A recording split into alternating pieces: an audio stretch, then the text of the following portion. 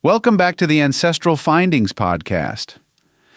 Today, we're stepping into the story of a name you've probably heard before, but may not know much about. George Mifflin Dallas. Sure, there's a city in Texas with that name, but who was the man behind it? He wasn't a president.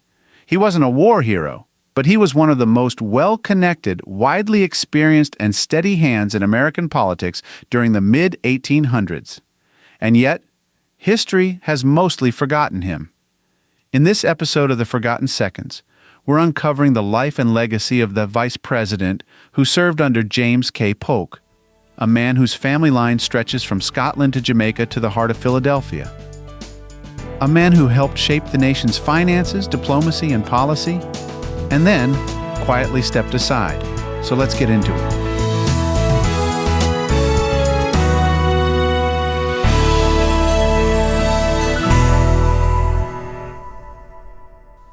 George Mifflin Dallas was born on July 10, 1792 in Philadelphia. His birth was no accident of geography. He came from a family that had its hands on the gears of the new American government. His father, Alexander James Dallas, was born in Kingston, Jamaica in 1759 to parents of Scottish descent. The Dallas family could trace their roots back to Morayshire, Scotland, near Elgin. They weren't newcomers to history. They were part of it. And like many Scottish families of the time, they scattered across the British Empire. Alexander eventually moved from Jamaica to Philadelphia, where he quickly rose in influence. He served as Secretary of the Treasury under President James Madison and played a key role in stabilizing American finances after the War of 1812. He was respected, intelligent, and deeply involved in shaping the young nation's future.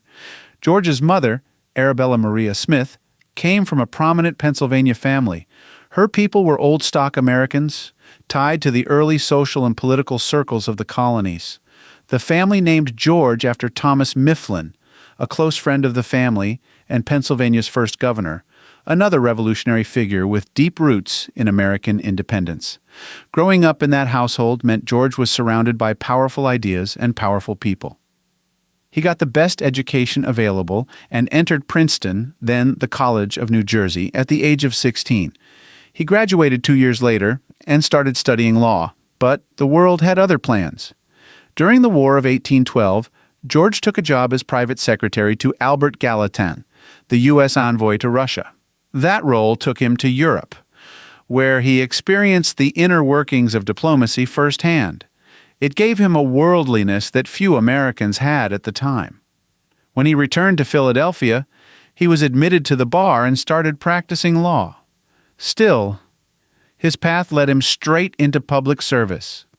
In 1828, he served briefly as mayor of Philadelphia, and that same year he was elected to fill a vacancy in the U.S. Senate. He aligned himself closely with President Andrew Jackson and supported Jackson's campaign to dismantle the Bank of the United States, a position that hurt him politically in Pennsylvania, but boosted his national standing. From there, he served as minister to Russia under President Martin Van Buren, continuing his career in diplomacy. By the early 1840s, he was well known in political circles, both at home and abroad.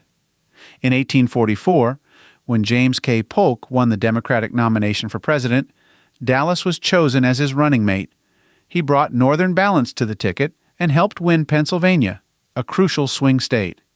When the ticket won the general election, Dallas became the 11th Vice President of the United States. His biggest moment as Vice President came in 1846, when he cast the tie-breaking vote in favor of the Walker Tariff, a major reduction in tariffs that benefited the South and West but hit Northern industry hard. That vote aligned him with his party, but it effectively ended any chance of higher office. Pennsylvania's iron and coal interests never forgave him. Still, he served Polk faithfully during a presidency marked by massive expansion. The annexation of Texas, the Oregon boundary settlement, and the Mexican-American War. Dallas didn't seek the presidency when Polk stepped down. He returned to Philadelphia instead. Years later, in 1856, President Franklin Pierce appointed him as minister to Great Britain. He served until 1861, working through tense moments in U.S.-British relations just before the Civil War. After that, he came home for good. George Mifflin Dallas died in Philadelphia on New Year's Eve in 1864. He was 72 years old. He was married to Sophia Chew Nicklin, a member of the old Chew family, one of the wealthiest and most respected in Philadelphia. Their union brought together two long-standing colonial bloodlines. They had several children, but none followed their father into national politics. And about that city in Texas, was it really named after him? Many believe so. The timeline fits. Dallas, Texas, was founded in 1841 and incorporated in 1856, right in the heart of George M. Dallas's political career. While there's no absolute proof, the association stuck. Others say it may have been named after his brother or even a local settler. But for generations, the assumption has been that Dallas, Texas, honors the man who once served as vice president. He was never president.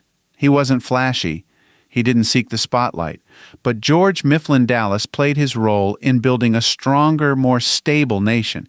He was a bridge between the founders and the Civil War generation, a man of law, diplomacy, and public duty, whose story, like so many of the vice presidents, has been largely forgotten. George Mifflin Dallas might not be a household name, but he stood at the center of a pivotal moment in American history. Through his family, his education, and his service, he helped shape the country we know today.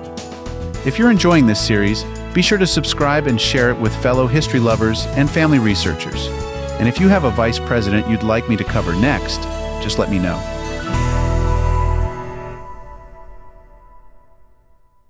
If you've got a hard-to-find ancestor you're stuck on, I'd love to hear about it. Just head over to ancestralfindings.com and click on Contact to send me a message. While you're there, take advantage of our free weekly genealogy lookups. Explore thousands of articles and enjoy hundreds of podcast episodes. We've been helping family history researchers since 1995. And if you're looking for even more, check out our Genealogy Gold Q&A series over on Patreon.